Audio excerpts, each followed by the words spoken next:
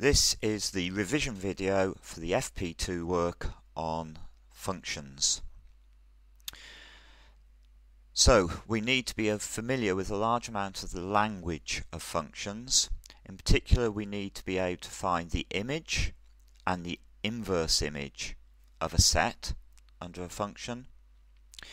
We need to be aware of odd functions, even functions, increasing and decreasing functions, and bounded functions.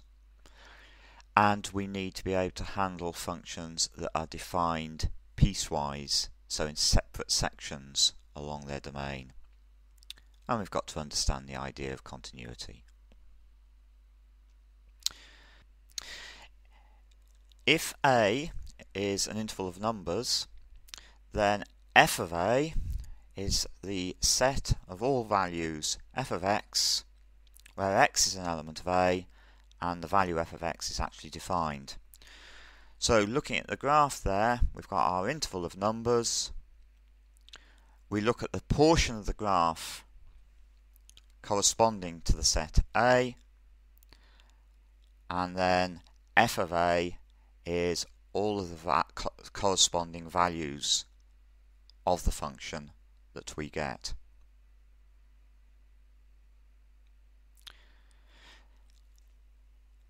If B is an interval of numbers, then f to the minus 1 of B is the set x, such that f of x is defined and f of x belongs to B.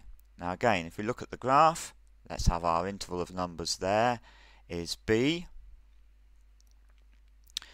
Then the part of the graph that gives us values inside B is that part of the graph. So the set f inverse B is there. Keeping the pictorial idea of f of A and f to the minus 1 of B in mind is a very helpful way of dealing with these concepts. An even function is a function for which f of minus x is always the same thing as f of x, which means that the graph will be symmetrical about the y-axis, and common examples would be functions like x squared or x to the 6 or cos x. An odd function satisfies f of minus x is the same thing as minus f of x. If a function is odd, then its graph will have 180-degree rotational symmetry about the origin. Examples are x cubed, x to the 7, sin x, tan x. A strictly increasing function is a graph that constantly goes up. If you like, you can say that that means that if you've got two values p and q, with p smaller than q, then f of p will be definitely smaller than f of q. If you can differentiate the function for all values of x and the derivative is always positive, then f is a strictly increasing function.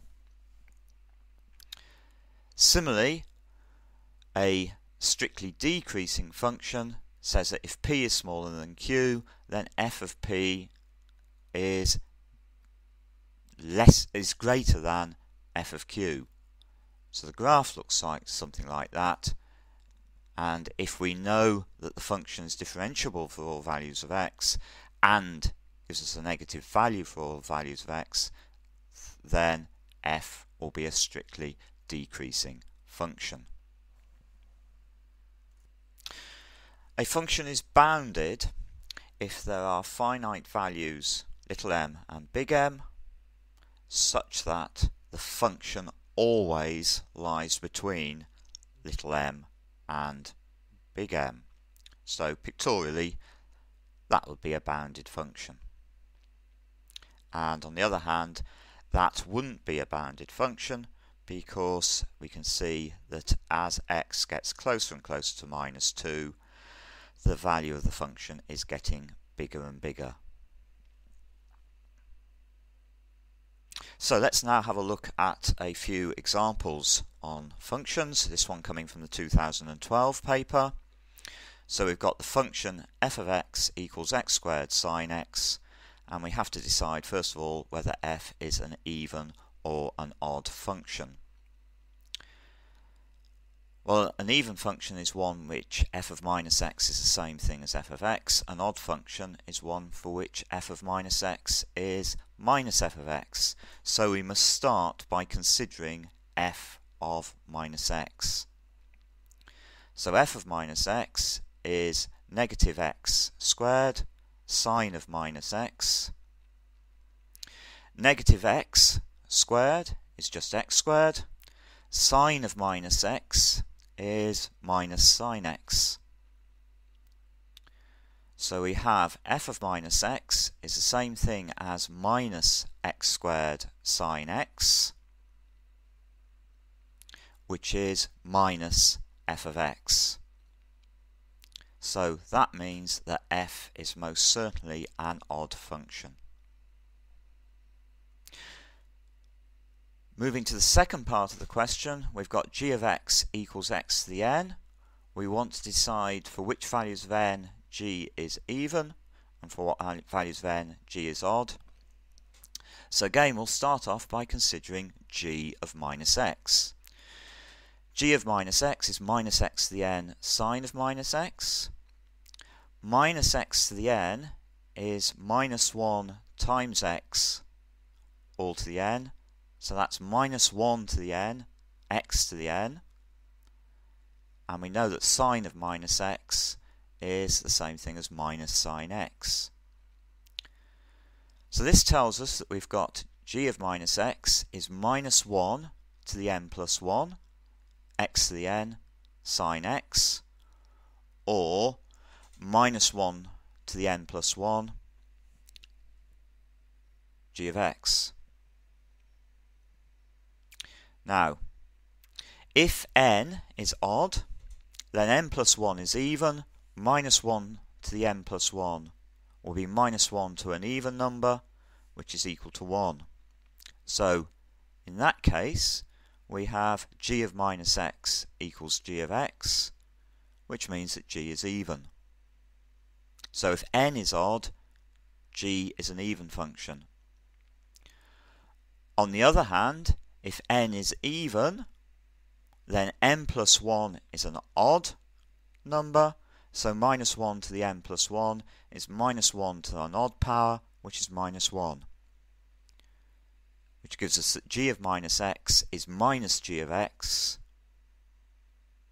In other words, that g is an odd function. The mark scheme for this question, for the first part, there was a method mark for considering f of minus x, answer mark then for showing that f of minus x was minus f of x, and then another answer mark for concluding that f had to be odd. And for the second part of the question, again method mark for considering g of minus x, and then answer mark for realising that if n was odd, then g had to be even, and another answer mark for realising that if n is even, then g had to be an odd function.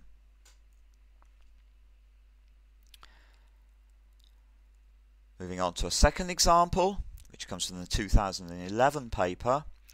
We have a piecewise function f is defined by f of x is minus x squared plus 6x minus 7 if x is less than or equal to 2, and f of x equals x squared minus 2x plus 4 if x is bigger than 2. Now we've got two quadratic expressions there, and it might well be worth, in terms of just producing a quick and easy sketch so we can see what's going on with this function, just putting those two quadratic functions into their completed square formats.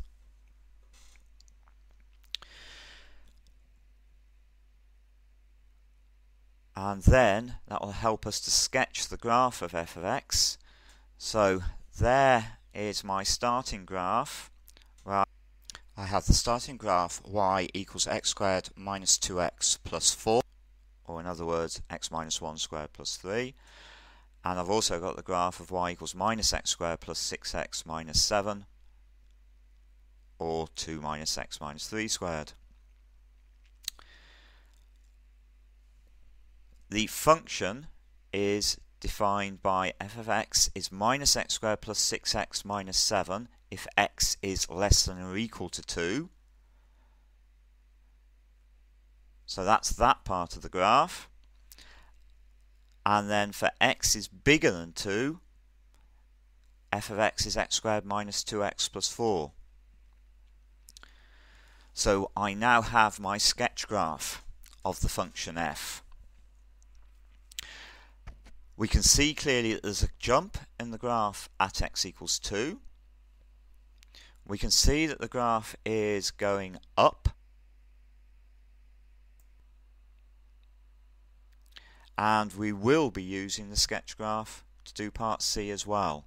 But we've now just got to put a little bit of explanation down to justify our statements. So for part A, we know that f of 2 is 1, because if x is 2, we use the top rule here, and with x equals 2, we've got minus 4 plus 12, take away 7, which gives me 1. However, if x is slightly bigger than 2, we need to use the bottom rule. So if x is slightly bigger than 2, we're using that rule. But as we get closer and closer to 2, using this rule, we've got x squared is getting closer and closer to 4, 2 times x is getting closer and closer to 4, so as x decreases down to 2, f of x is getting closer and closer to 4, which is what we're saying here.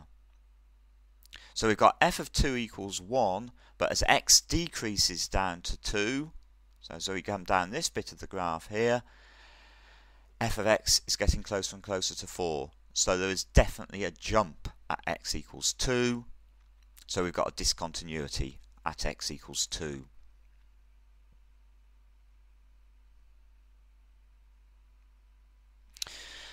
For part B, we have to look at the justifying the fact that f is a strictly increasing function.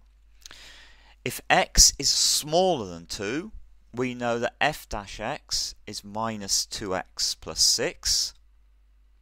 It's just differentiating minus x squared plus 6x minus 7. Since x is smaller than 2, f dash x is going to be bigger than 2, so it's definitely positive. So f is definitely strictly increasing on the portion of the graph up to x equals 2. So for values less than 2, the graph is definitely strictly increasing. On the other hand, if x is bigger than 2, then f dash x is 2x minus 2. And if x is bigger than 2, 2 times x minus 2 is definitely bigger than 2, so it's definitely positive again. So on this portion of the graph, we know that f has got a positive gradient, so f is definitely strictly increasing. But we do just need to check that f is increasing in that little bit of the graph. And that's easily done, since as x goes through 2, f of x increases from 1 to 4. So we now know that f of x is a strictly increasing function.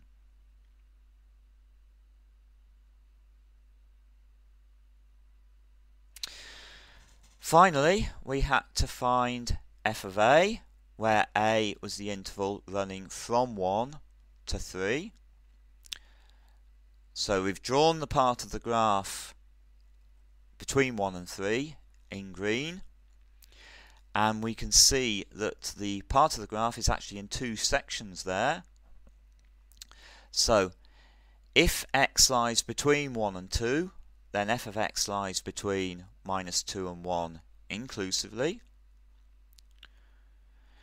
If x is bigger than 2 but less than or equal to 3, then f of x is bigger than 4 but less than or equal to 7. So that means that we can say that if a is the interval 1 to 3, then f of a is the interval from -2 up to 1 with the endpoints included, together with the interval from 4 up to 7 with 4 not included but 7 included.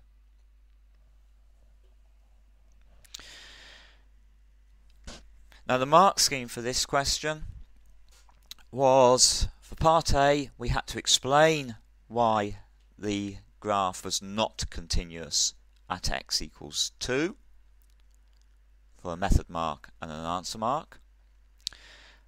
For part B, we needed to show that f-x was bigger than 0 if x was less than 2, and that f of x, f-x was bigger than 0 if x was more than 2, and each of those two results got us 1 mark. So that gave me 2 marks for that bit. We then needed to go through the process of considering what happened as we passed through x equals 2 to get another mark, and then the conclusion that f was indeed a strictly increasing function gained us the final mark there.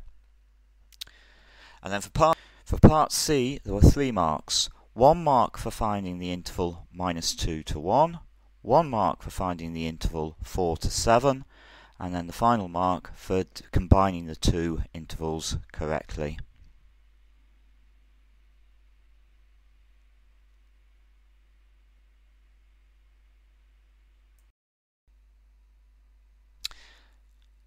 Okay, we'll now move on to our final example, which came from the 2008 paper. We've got a piecewise defined function. F of x is 1 plus ax cubed if x is less than 2, but it's bx squared minus 3 if x is greater than or equal to 2. And we're told that both f and f dash are continuous at x equals 2. We have to find the values of the constants a and b.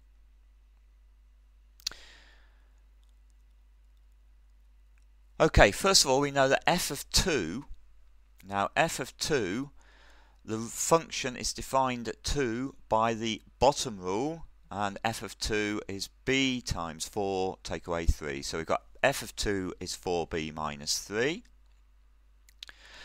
On the other hand, if x is smaller than 2, but getting closer and closer to 2, then we would be using this rule, and we have got 1 plus a times something getting closer and closer to 8. So we can say that as x increases towards 2, f of 2 gets closer and closer to 1 plus 8a. Since the function is continuous at x equals 2, we can say that 4b minus 3 must be the same as 1 plus 8a. In other words, we can say that b minus 2a must equal 1. Now we need to have a think about the derivative of f. So, if x is less than 2, f dash x is 3ax squared. As x tends upwards towards 2, f dash x gets closer and closer to 12a. If, on the other hand, x is bigger than 2, then f dash x is 2bx, and as x decreases towards 2, f dash x is getting closer and closer to 4b.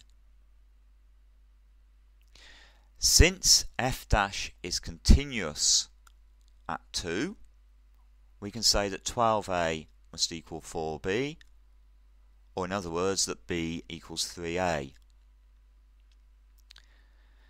If b equals 3a, then the first equation becomes 3a minus 2a equals 1, which gives me a equals 1, in which case b must equal 3.